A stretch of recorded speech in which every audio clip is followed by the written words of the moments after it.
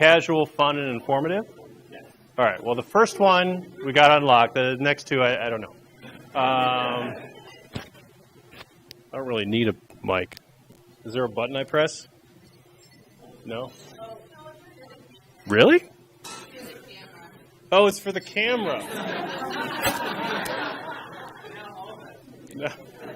So, do I need to talk into it like this? It's like the worst audio. We're just gonna redub this, and the dubbing. Okay, all right, good, all right. So just cut all the bloopers. Get the great. Just no one use the word bloopers anymore. This whole presentation is gonna be a blooper. All right. Like many things that we do, this presentation has been very agile. So we've been changing it up into the last hour or so. I also had some of the great beer that we have here, so we're gonna have a lot of fun. We're in development now. We're a development shop. We're very creative, collaborative. We build lots of cool things with technology and software. And that's me. So, optimizing innovation, step-by-step to an MVP. A little bit about me. I've been working in technology for 20 years. I worked at startups in Chicago. I worked for some bootstrapped ones. I worked for some venture-backed ones, some that were required. Then I moved to Portland through the snowstorm of the end of 2005 and started up development now. And we've worked with a lot of startups and brands building products. I also mentor on the side for Portland Incubator Experiment, which is a local Portland accelerator. So all that means is I've had a chance to see a lot of projects and products fail and some succeed, and I want to share a little bit of information with you guys so that you can save some time, save some money, learn from my mistakes. And this all starts with innovation. And when you have this creative idea, innovation is the execution of creative ideas to deliver value. You have an idea, it needs to deliver some sort of value to a target market, and you need a process to execute it. And so optimization is a process to maximize value. And the process for innovation is called an MVP. So minimum viable product. A lot of you have heard of it. It's very minimal. It has to be viable. It has to be a product. I know, it says it right there. I basically just read the side. So biggest mistake that we see, is people instead deliver MVP, which is a maximum bloated product. So you don't want to deliver that. You could, but you're going to lose a lot of money. That was also one of the jokes that we put in there. No one laughed, so we're going to the Seattle talk. We're going to scrub that. Just cut that in post, right? Put something funny, maybe a cat picture up there. So, all right, moving on. An MVP is also different from an MMP. MMP is the minimum marketable product, the minimum needed to market it. Minimum viable product is what is viable, what is actually delivering the value to prove out your market hypothesis. So, the MVP process, it's a lean process. The idea is to deliver not a version 1.0, but a version 0.1. It has to deliver an actual value, and it has to be measurable. If there's no value being delivered, it's not really viable. If you can't measure it, you don't know if you're succeeding. And if you put way too much time and money into it, you're going to go the route of many failed startups. There was a company called CB Insights that did a survey of 100 failed startups in 2017. And the top reason that startups failed, 42%, was because there was no market fit. They built something that nobody wanted. And the number 2 reason, they ran out of cash. So both of those means either, hey, I built this, no one wants it, or I'm trying to figure out what somebody wants and I run out of money. So you can do that. People do it all the time. 90% of startups fail, 70 to 90% of new products fail, but if you want to boost your odds, you need an optimized process, because we're in camp optimization, to try to minimize your time and spend while you're building out a product. It's funny, I don't know what the next slide is, so we're going to find out together, like friends that we are. I mean, I think I know, because we worked on this a couple hours ago. So we're going to take a little segue. We've got 3 diagrams up here, 3 diagrams that I want you all to memorize. We're going to have a quiz later. The first diagram is a floor plan if you were building out a custom house. The middle diagram is a furniture planner if you're planning out your living room. And the third diagram is a wireframe. you could probably guess if you were to build a custom house, you would hire someone to design it, right? You design before you build. But if you were having an architect design a house for you, there would be more than just designing it. There's questions. So is it in an earthquake zone? What is the climate like? How many people are in your home? Are you going to grow? Are you going to have 20 kids? If so, you probably want, a lot of bedrooms and a deep, dark basement. Lots of questions, and learning goes into that design process, so when you build it, you don't have to rebuild it. And the same thing with the living room, right? So living room, who's going to use it? Are you going to sit there a lot, or is it really just for looking at? Is it for tea, or is it for raves? Do you have children covered in chocolate that are going to wipe themselves all over the couches? Do you have cats that are going to rip the crap out of your thing?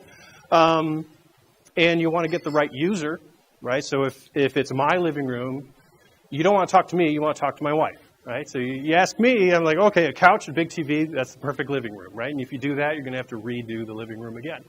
So same thing when you're designing products, right? You could design it, but you need to iterate and ask these questions and learn. So MVP is about learning. And so these questions and measuring and getting answers help you make decisions to ultimately build a product that works for your target market, that delivers that value, whether it's a couch or a house or a website or whatever it is you're building. So the MVP process, 4 steps. Maybe there's 3, but in this case, today there's 4. Step 1 is, no, there's always 4. Immutable process, it can never be changed. First step is value proposition, figuring out what is it what problem am I solving? What am I doing? Who am I offering this value to?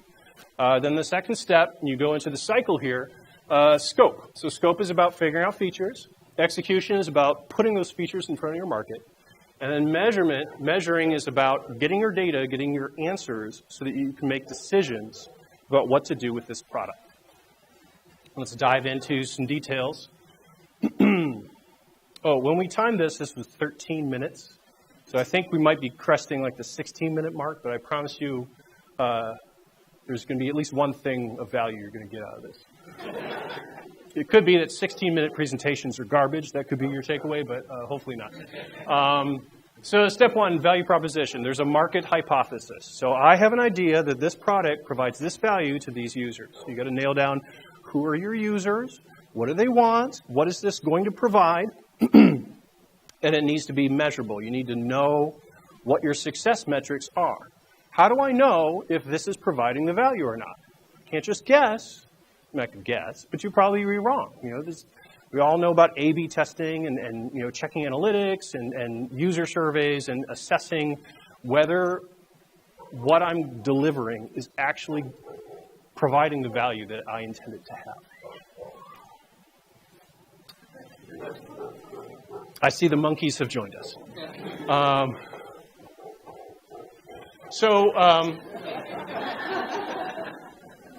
Yeah, it's funny. This was not planned. But this is actually pretty awesome. How about that? So our little sample that we're going to go through in the waning 11 minutes of this talk, Petstagram. Share pet pictures with friends. So pretend that you are a startup. You're an entrepreneur, or you're maybe VP of marketing at PetSmart, and you have this idea for a product. All right, Petstagram, right? So I don't think there's an actual Petstagram, so it would be embarrassing if there were. Probably not. If there is, or if there isn't, then I own it. You can't build it. So Petstagram. Share pet pictures with friends. That's my idea. That's my market hypothesis. And so your value proposition is this idea: social media is toxic, it's cluttered, everyone's talking about politics all the time. I just want to share my puppy pictures. Can I do that simply, easily? My friends, people I care about? Who's going to use this? It's going to be people with phones, people who are social, who have friends, and who have pets. Funnel there. 25 to 45. And you're going to test it. You're going to see if they use it by asking, would you use this app? Are you using this app? Are you going to pay for the filters to, add the puppy ears on top of your puppy? I'm not a big Snapchat user, but I hear that people do that all the time. Maybe it's cat ears. So that's your value proposition, your market hypothesis for Petstagram, as an example. Step 2, scope. So what features are we going to put into this MVP? There's a ton of ideas, but you got to narrow it down. So again, you got to think, it's not a 1.0, it's a 0.1. So minimum feature set that can provide the value. It needs to provide the actual value, the hypothesis. If we're talking about Petstagram, it's what allows people to share pictures with friends. If it's some other product idea, it's all tied to that initial value proposition. You can always add more later, but you really need to cut scope. And just cut more, always add more later. That's the top thing that people waste a lot of time and money, is just putting too much. You know, they follow the more is more, and that's not really the way to go. So let's take a little segue. Let's say we have a startup called Work There. It helps pedestrians get to work. These sweaty pedestrians, they want to get to work. What can we do? What product can we provide for these pedestrians, these poor walking saps, to get to work faster? And you think, I've got it. I've got all the features for my minimum viable product. Here we go. Ready to launch. The flying car. $80 million later, right? You roll this out and you say, oh, people don't want it. It's too expensive, right? So you don't want to do that. That's crazy. That would be crazy.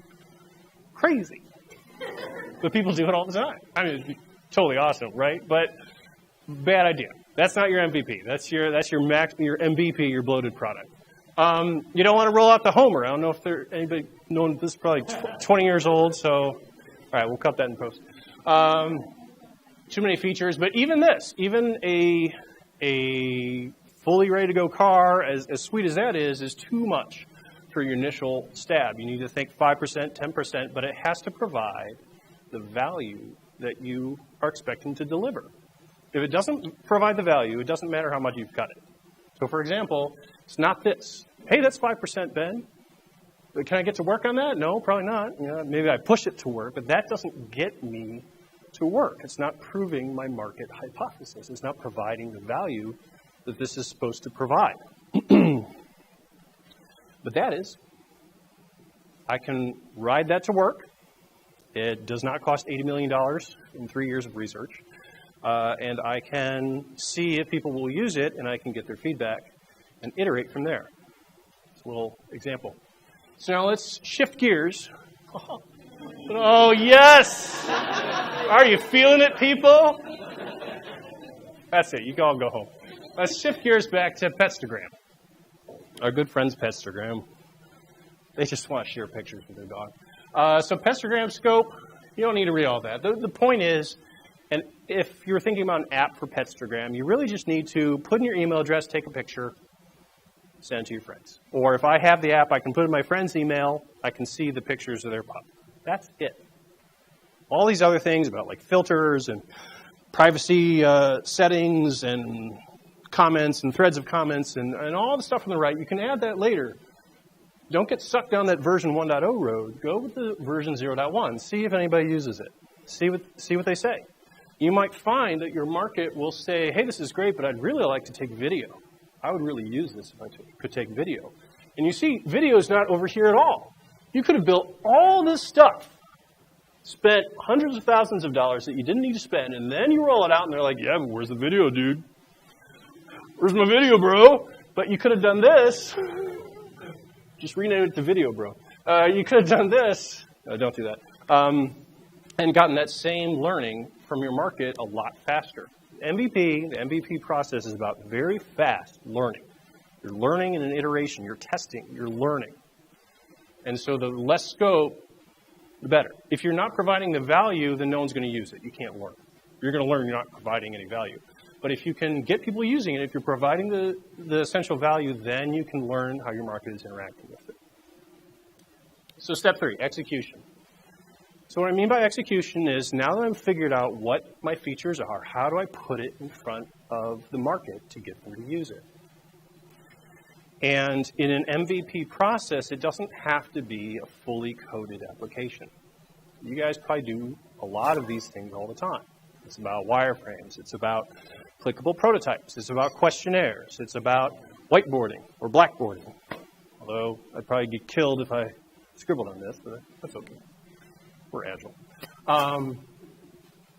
So there's a lot of options that you can execute, and you start simple, and you make sure that you can measure it. So if you're asking questions, hey, do you ever share pictures of your dog? You want to hear if everyone says, no, I would never do that, then you've learned, okay, great, and you can abort the experiment right there. Anything from wireframes to surveys to actual fully working code, the idea is to do as little as possible to allow you to learn to decide if you're going to move forward on the product. And the idea of Petstagram, we'd probably start with surveys, asking people about their habits. Do you have friends? Do you want to share pictures?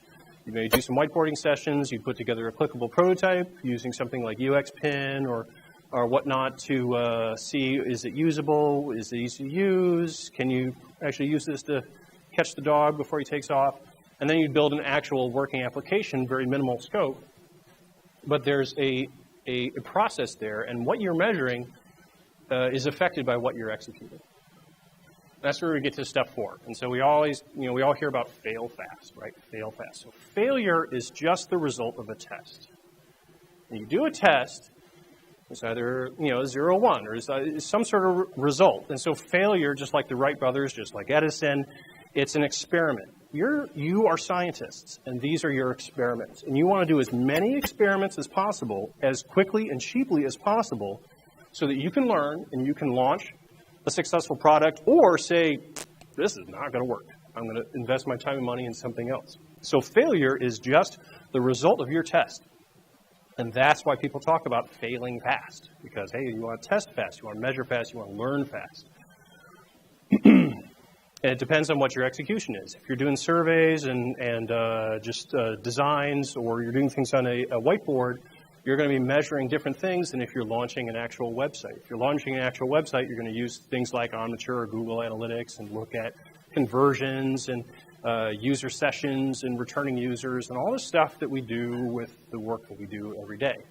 But you tie that into the measuring that you're doing, the tests that you're doing, and you can make decisions. And then you decide what to do next.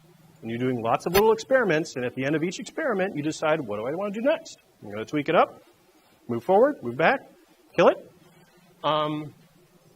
So Petstagram, you would do things like, how often do people share pet pictures? Or do you use apps currently to send pet pictures out? Or how much do you use this app? How many times am I taking pictures of my puppies? How many times am I sharing it with my friends? What is your traction with users?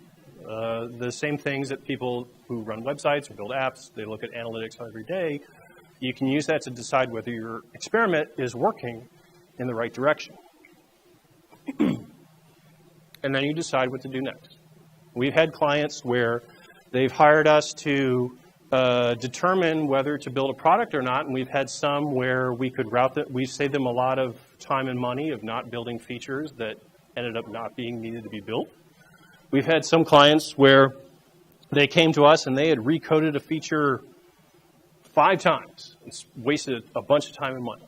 And we've had clients where within 50 hours, we were able to assess that their idea was DOA. And we saved them a bunch of money that they were going to hire us to do. So I was a little bummed about that. But that's okay. That's okay, right? We're altruists here. We want the best for everybody. That's what these experiments are for. So, in summary, the MVP process is a lightweight, iterative, lean process that allows you to measure, to test, measure, and learn rapidly inside of a feedback loop so that you can run these experiments and learn about iterating and evolving your product and hopefully launching the right thing for the right people, providing great value. And that is it. Boom! We did it.